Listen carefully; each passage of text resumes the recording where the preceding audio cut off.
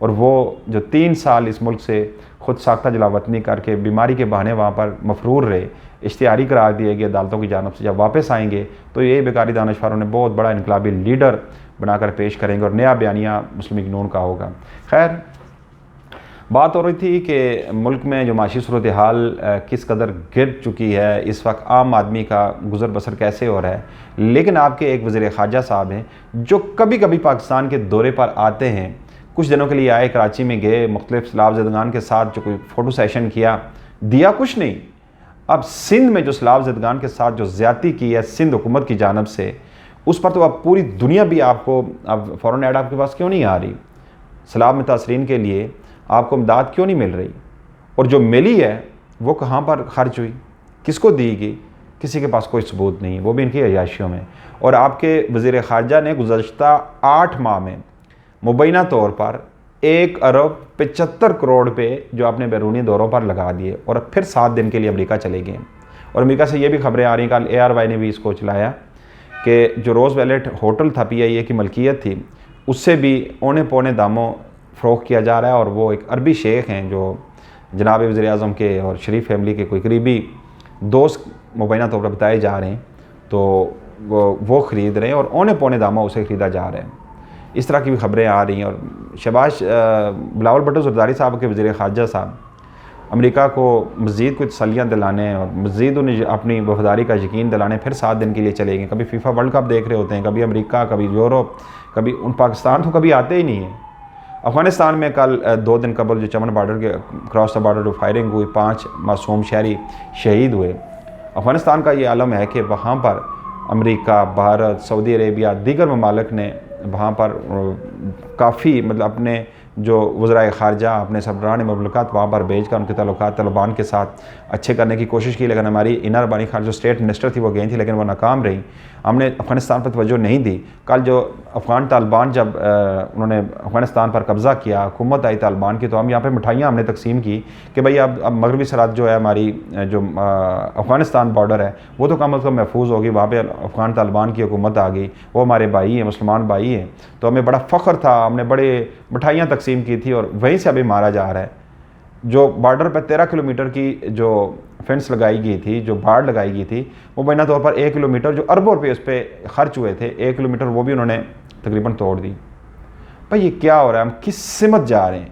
لیکن کسی کو کوئی احساس نہیں ہے، کوئی جواب دہ نہیں ہے، نہ وزیر اعظم جواب دہ ہے، نہ وزراء جواب دہ ہیں، نہ مولانا فضل الرحمان جواب دہ ہے، نہ آصف علی زرداری۔ آصف علی زرداری سے مجھے یاد ہے کہ ان کی بہن جو فریال تارپور کے خلاف الیکشن کمیشن نے جو 27 اکتوبر کو جو محفوظ فیصلہ تھا آج سنا دیا ہے۔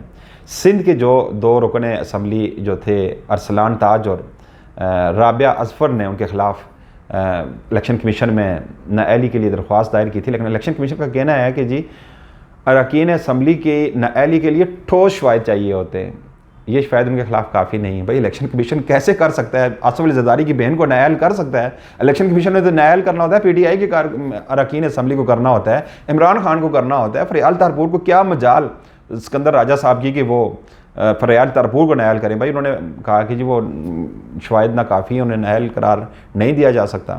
تو یہ صورتحال ہے اس ملک میں۔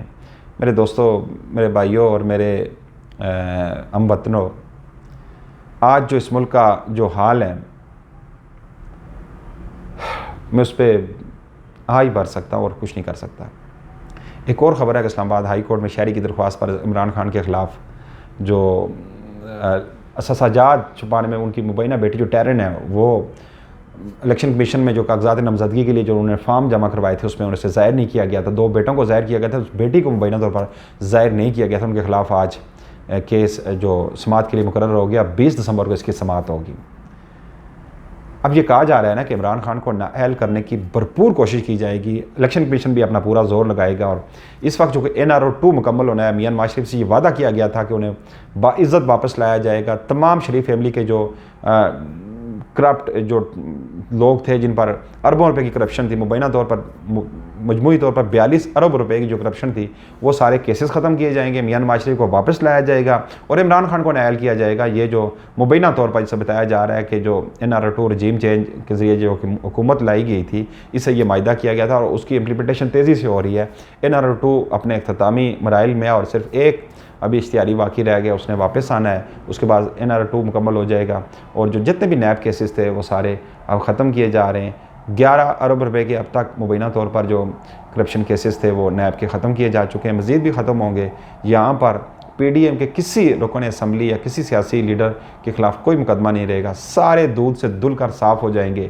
جو کرپشن انہوں نے ماضی میں کی ہے وہ تو ساری معاف کر دی جائے گی، نئے سرے سے جو ان کا بس چلے گا، جتنی کہتے ہیں سب قدر جثہ، جتنی جس کی اسٹرینتھ ہوتی ہے اس کے مطابق اس ملک کو لوٹے گا، اور جب یہ ملک دیوالیہ ہو جائے گا اس کے بعد عالمی مالیاتی اداروں کے پاس آپ جائیں گے تو وہ آپ سے کیا ڈیمانڈ کریں گے؟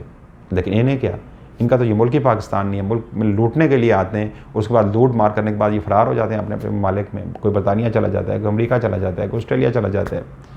یہاں رہتے ہیں تو ہم جیسے غریب لوگ رہتے ہیں جو صبح و شام صوبتیں جھیل رہے ہیں۔